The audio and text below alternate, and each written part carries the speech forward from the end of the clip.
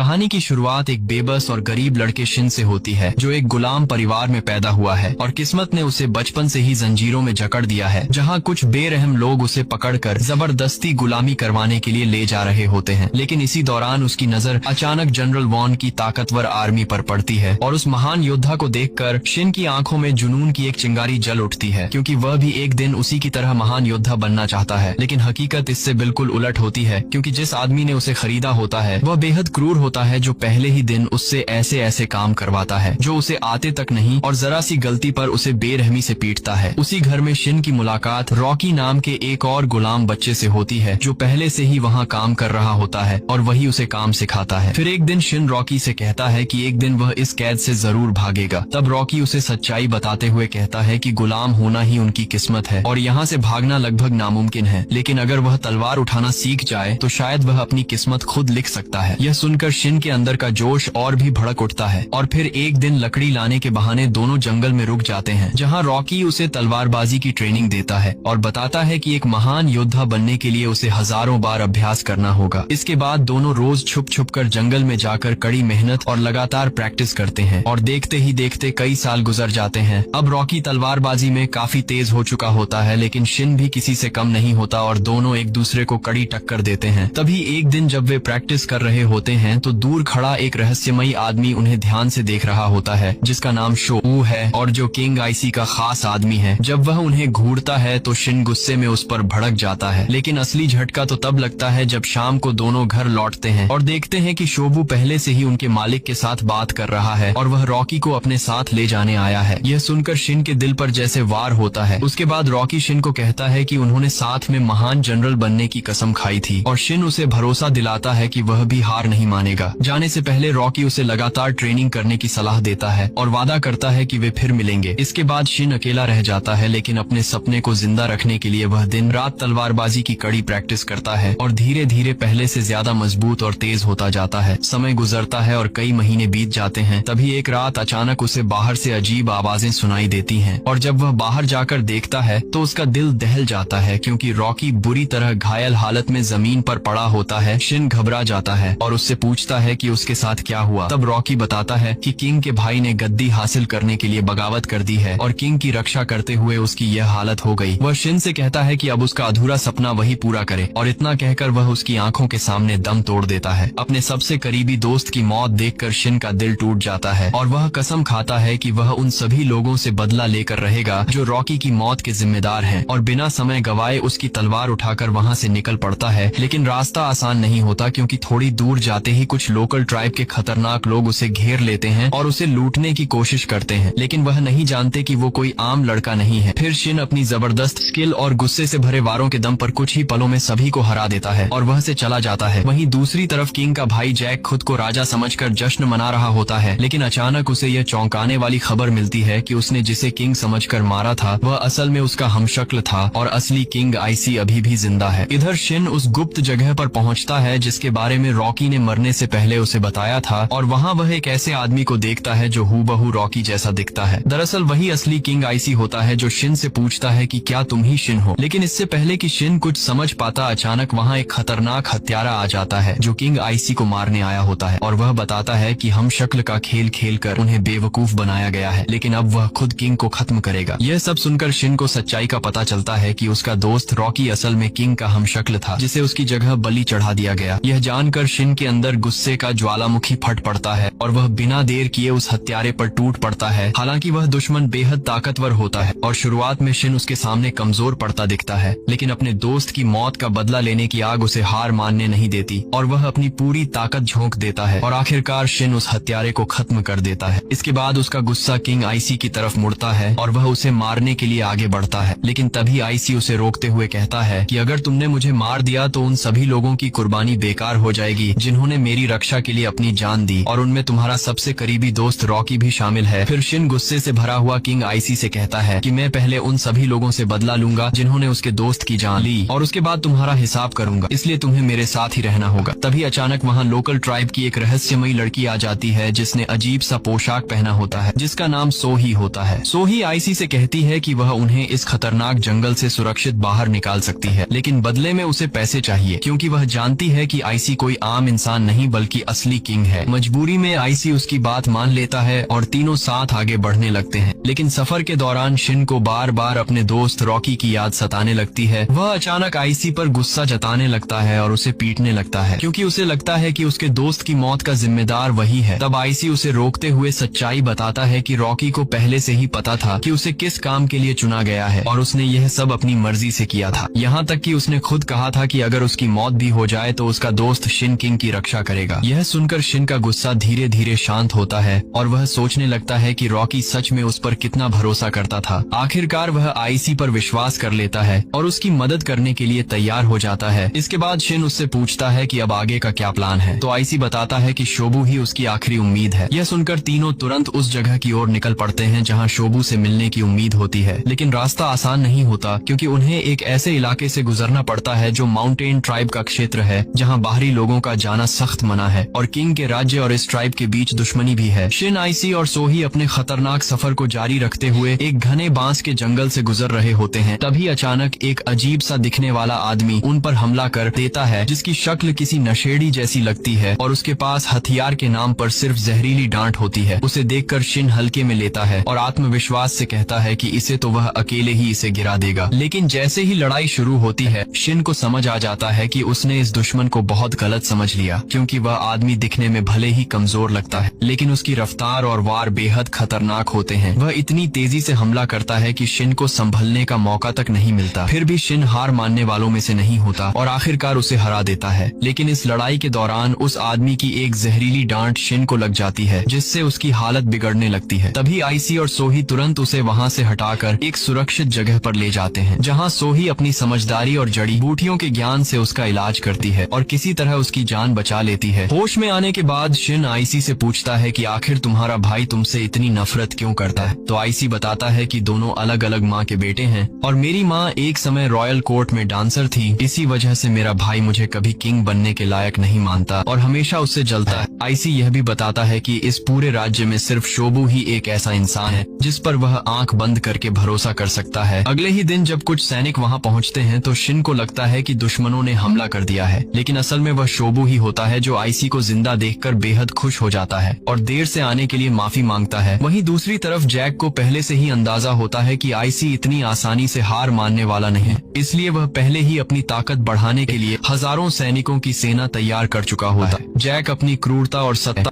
को साबित करने के लिए एक गैर शाही खून वाले सैनिक को सबके सामने अपने खतरनाक राक्षस से मरवा देता है, ताकि पूरे राज्य में यह डर फैल जाए कि सिर्फ शाही खून वाला ही किंग बनने का हकदार है। वहीं दूसरी तरफ शिन, जो अब पूरी तरह से ठीक हो चुका था और आईसी से कहता है कि अब जब शोबू भी उनके साथ है तो उन्हें तुरंत हमला करके उसका राज्य वापस दिलाना चाहिए। लेकिन शोबू उसे समझाता है कि हालात इतने आसान नहीं है, क्योंकि जैक पहले ही पूरे राज्य में अपने सैनिक फैला चुका होगा और उनकी छोटी सी टीम उस विशाल सेना के सामने कुछ भी नहीं है। तभी शोबू को अचानक एक उम्मीद की किरण याद आती है और वह बताता है कि माउंटेन ट्राइब उनकी मदद कर सकती है। हालांकि आईसी इस बात पर हिचकिचाता है, क्योंकि उनके पूर्वजों और माउंटेन ट्राइब के बीच पुराने समय से दुश्मनी चली आ रही है और वे हमें भरोसे लायक नहीं मानते। लेकिन मजबूरी में उनके पास और कोई रास्ता नहीं बचता, इसलिए वे सभी सोही के साथ पहाड़ों की तरफ निकल पड़ते हैं और कठिन रास्तों से गुजरते हुए ऊपर चढ़ने लगते हैं। तभी अचानक माउंटेन ट्राइब के खतरनाक योद्धा उन्हें घेर लेते हैं और उनकी शक्ल, सूरत और तेवर इतने डरावने होते हैं कि कोई भी कांप जाए। वे उन्हें चेतावनी देते हैं कि अगर अपनी जान बचानी है तो तुरंत यहाँ से चले जाओ। लेकिन सोही उनकी भाषा में बात करके बताती है कि किंग आईसी तुम्हारे चीफ से मिलना चाहते हैं। ये सुनते ही ट्राइब के लोग और भड़क जाते हैं और बिना कुछ सुने ही सबको पकड़कर अपने साथ ले जाते हैं, यह कहते हुए कि अब उनका फैसला सिर्फ उनका चीफ ही करेगा। इसके बाद वे उन्हें पहाड़ों के बीच बसे अपने रहस्यमयी और शक्तिशाली साम्राज्य में ले जाते हैं, जिसे देखकर शिन और बाकी लोग हैरान रह जाते हैं। वहाँ ट्राइब का चीफ आईसी को उनके इतिहास की कड़वी सच्चाई याद दिलाता है कि कैसे उनके पूर्वजों और किंग के पूर्वजों के बीच एक समझौता हुआ था साथ रहने का, लेकिन बाद में किंग के लोगों ने धोखा दिया, जिससे उनके हजारों लोग मारे गए। यह सुनकर आईसी बिना किसी घमंड के सिर झुका लेता है और कहता है कि उसे इस बात का पूरा एहसास है और वह अपने पूर्वजों की गलती के लिए दिल से माफी मांगता है और भारी दिल से ट्राइब के चीफ से कहता है कि जो कुछ भी अतीत में हुआ वह उसे बदल नहीं सकता, लेकिन वह दिल से चाहता है कि अब सब मिलकर शांति से रहें और अपने पूर्वजों की गलतियों को सुधारे। बस इसके लिए उसे अपना राज्य राज्य वापस लेने में उनकी मदद चाहिए। यह सुनते ही वहाँ मौजूद माउंटेन ट्राइब के लोग गुस्से में चिल्लाने लगते हैं और उसे झूठा और धोखेबाज कहने हैं। लेकिन काफी देर सोचने के बाद जब ट्राइब का चीफ अपना मास्क हटाता है तो सब हैरान रह जाते हैं, क्योंकि उसके पीछे एक लड़की होती है। फिर वह अपने लोगों को आदेश देती है कि सभी को इकट्ठा करो और युद्ध की तैयारी शुरू करो, जिसका मतलब साफ होता है कि अब वह आईसी का साथ देने वाले हैं। अब आईसी के पास भले ही छोटी लेकिन एक ताकतवर आर्मी होती है और कम संख्या में होने के बावजूद वह एक चालाक प्लान बनाता है। क्योंकि माउंटेन ट्राइब के लोग हमेशा मास्क पहनते हैं, इसलिए आईसी उसी का फायदा उठाते हुए अपनी पूरी टीम को मास्क पहनाकर महल के बाहर खड़ा कर देता है और जैक तक यह संदेश भिजवाता है कि माउंटेन ट्राइब शांति से समझौता करना चाहते हैं। जैक, जो पहले से ही अपनी ताकत बढ़ाना चाहता है, इस मौके को अच्छा समझता है और अपने मंत्रियों को उन्हें अंदर लाने के लिए भेजता है। लेकिन जैक की तरफ से शर्त रखी जाती है कि उनके चीफ के साथ सिर्फ 50 लोग ही अंदर जाएंगे और बाकी बाहर इंतजार करेंगे। महल के गेट पर पहुंचने के बाद सैनिक उनसे हथियार बाहर रखने को कहते हैं, लेकिन चीफ पुराने धोखे की याद दिलाकर साफ मना कर देता है और मंत्रियों को लगता है कि इतने कम लोग उनका कुछ नहीं बिगाड़ पाएंगे, इसलिए वे उन्हें हथियारों के साथ अंदर आने की इजाजत दे देते हैं। जैसे ही महल का विशाल दरवाजा खुलता है, आईसी बिना एक पल गंवाए अपनी पूरी सेना के साथ हमला शुरू कर देता है, क्योंकि उसका साफ मकसद होता है कि किसी भी तरह सीधे जैक तक पहुंचा जाए, क्योंकि जैसे ही जैक काबू में आएगा उसकी पूरी सेना अपने आप बिखर जाएगी। इसके बाद वे लोग अलग अलग ग्रुप में बंटकर तेजी से महल के अंदर घुसते हैं, जहां एक ग्रुप को शिन लीड कर रहा होता है और दूसरे को खुद आईसी। लेकिन जैसे ही आईसी अंदर पहुंचता है, वहां पहले से तैयार खड़ी जैक की भारी सेना उसे घेर लेती है और तभी ऊपर से खड़े सैनिक उन पर तीरों की बारिश शुरू कर देते हैं, जिससे माउंटेन ट्राइब के कई लोग गिर जाते हैं। यह देखकर शोबू घबरा जाता है और कहता है कि हमें पीछे हटना चाहिए, क्योंकि इस तरह लड़ना नामुमकिन है। लेकिन ट्राइब का चीफ अपने प्लान के तहत सही मौके का इंतजार करती है। जैसे ही दुश्मनों का ध्यान थोड़ा भटकता है, जमीन पर गिरे हुए सभी ट्राइब के योद्धा अचानक उठ खड़े होते हैं और दुश्मनों पर टूट पड़ते हैं। दरअसल उनकी ताकत और सहन शक्ति इतनी जबरदस्त होती है कि तीर भी उनका कुछ खास नुकसान नहीं कर पाते और कुछ ही समय में वे वहां मौजूद सभी सैनिकों को खत्म कर देते हैं। दूसरी तरफ शिन एक गुप्त रास्ते से जैक तक पहुंचने की कोशिश कर रहा होता है, लेकिन रास्ते में ही उसका सामना जनरल साजी से होता है, जो पहले से ही वहां उसका इंतजार कर रहा होता है। साजी की ताकत इतनी खतरनाक होती है कि वह अकेले ही पूरी सेना को खत्म कर सकता है, लेकिन उसका असली निशाना सिर्फ आईसी होता है। इसलिए जब उसे आईसी वहां नहीं दिखता तो वह वहां से चला जाता है। इस मौके का फायदा उठाकर शिन और उसकी टीम तेजी से आगे बढ़ती है और जैक की सेना पर भारी पड़ने लगती है। वहीं दूसरी तरफ जैक महल के अंदर बैठा इस बात से खुश हो रहा होता है कि उसका भाई खुद उसकी मौत के जाल में फंसकर यहाँ तक आ चुका है। लेकिन जैक के पास एक भयानक और विशाल दानव होता है, जो जैसे ही मैदान में उतरता है, पहली बार शिन के चेहरे पर डर साफ दिखाई देता है, क्योंकि वह दानव अपनी ताकत से योद्धाओं को उठाकर पटक पटक कर खत्म करता जा रहा होता है। लेकिन शिन अपने डर पर काबू पाकर पूरी हिम्मत जुटाता है और सही मौके पर वार करके उस दानव को जमीन पर गिरा देता है और अपनी पूरी ताकत से उसका अंत कर देता है। इसके बाद शिन बिना समय गंवाए सीधे जैक के कमरे की तरफ बढ़ता है, लेकिन वहां पहुंचकर भी जैक के चेहरे पर जरा सा भी डर नहीं होता, क्योंकि उसके साथ खड़ा होता है उसका सबसे ताकतवर जनरल साजी, जिसकी ताकत और खौफ का अंदाजा हर किसी को होता है। यहाँ तक कि माउंटेन ट्राइब के सबसे बहादुर योद्धा भी उसके सामने टिक नहीं पाते और साजी अकेले ही सबको पछाड़ देता है। दूसरी तरफ आईसी और उसकी सेना लगातार लड़ते लड़ते थक चुकी होती है, क्योंकि दुश्मनों की संख्या बहुत ज्यादा होती है। लेकिन सैनिक अपने किंग को इतनी बहादुरी से लड़ते देखकर उनके अंदर फिर से जोश भर जाता है और वे दोबारा पूरी ताकत से दुश्मनों पर टूट पड़ते हैं। वहीं साजी शिन को बुरी तरह से पीट रहा होता है और उसे एक कमजोर इंसान की तरह जमीन पर गिरा देता है। वह एक एक करके सभी को बेहोश कर देता है और आखिर में मैदान में सिर्फ शिन और सोही ही बचे होते हैं। शिन की हालत इतनी खराब हो जाती है कि वह हिल भी नहीं पा रहा होता और तभी उसके अंदर कहीं गहराई में उसके दोस्त रॉकी की याद जागती है और उसका सपना और उसका वादा उसे फिर से खड़ा होने की ताकत देता है। उसी पल जब साजी उसे खत्म करने के लिए आगे बढ़ता है, शिन अचानक उठ खड़ा होता है और पूरी ताकत के साथ फिर से उससे भिड़ जाता है और पहली बार साजी के शरीर से खून निकलता है, जिससे वह भी हैरान रह जाता है। और आखिरकार शिन वही खास मूव इस्तेमाल करता है जिसे वह बचपन से हजारों बार प्रैक्टिस करता आया था और शिन अपनी पूरी ताकत को एक ही वार में उतार देता है और उसकी तलवार साजी की तलवार को चीरते हुए सीधे उसके सीने में जा धंसती है, जिससे साजी वहीं ढेर हो जाता है। साजी जैसे अजय योद्धा के मरते ही जैक के पास अब सरेंडर करने के अलावा कोई रास्ता नहीं बचता और यह देखकर उसके साथ खड़े मंत्री और सैनिक डर के मारे उसे अकेला छोड़कर भागने लगते हैं। तभी उनमें से एक भागते हुए सोही पर हमला करता है और उसे चाकू मार देता है, लेकिन शिन हैरानी होता है कि सोही बच गई, क्योंकि उसके अजीब से कपड़ों के नीचे छिपा आर्मर उसकी जान बचा लेता है। इसके बाद शिन जैक को पकड़कर बाहर ले आता है और सभी सैनिकों के सामने जोर से ऐलान करता है। खुद को किंग कहने वाला नेता अब हमारे कब्जे में है, इसलिए सब अपने हथियार डाल दें। यह सुनते ही जैक की सेना का हौसला टूट जाता है और कोई भी उसका आदेश मानने को तैयार नहीं होता। अपने ही सैनिकों को खुद के खिलाफ जाता देख जैक गुस्से में पागल हो जाता है और आखिरी कोशिश में आईसी पर हमला कर देता है, लेकिन आईसी उसे आसानी से काबू में कर लेता है और उसे सजा देता है, पर उसकी जान नहीं लेता। तभी वहाँ एक जिद्दी योद्धा आता है जो अभी भी आईसी को अपना किंग मानने से इनकार करता है और लड़ने के लिए आगे बढ़ता है। लेकिन उसी वक्त मैदान में एक ऐसी एंट्री होती है जिसे देखकर सबकी सांसें थम जाती हैं। धरती का महान और अजेय जनरल वॉर्न अपनी विशाल सेना के साथ वहां पहुंच चुका होता है। उसकी ताकत और रुतबा देखकर दोनों तरफ के सैनिक अपने अपने हथियार नीचे डाल देते हैं। आईसी उससे सवाल करता है कि वह उनके आपसी युद्ध में क्यों दखल दे रहा है, तो वॉर्न प्रभावशाली अंदाज में कहता है कि यह मूर्खता की लड़ाई है, जहां लोग अपने ही लोगों से लड़ रहे हैं, न कि किसी असली दुश्मन से। फिर वह आईसी से पूछता है कि तुम कैसा राजा बनना चाहते हो और उसे सोच समझकर जवाब देने को कहता है। तब आईसी पूरे आत्मविश्वास के साथ जवाब देता है कि वह एक ऐसा राज्य बनाना चाहता है जहां कोई भेदभाव ना हो और सभी लोग मिलजुल कर शांति से रहें। यह जवाब सुनकर वॉर्न प्रभावित हो जाता है और वहीं इस युद्ध को खत्म करने का ऐलान कर देता है। लेकिन तभी एक आखिरी जिद्दी योद्धा आईसी पर हमला करने की कोशिश करता है और वॉर्न उसे पल भर में उसकी औकात दिखा देता है, जिससे सभी लोग उसकी ताकत के सामने सिर झुका देते हैं। इसके बाद जब वॉर्न वहां से जाने लगता है तो शिन उसे आवाज देकर कहता है कि मेरा नाम शिन है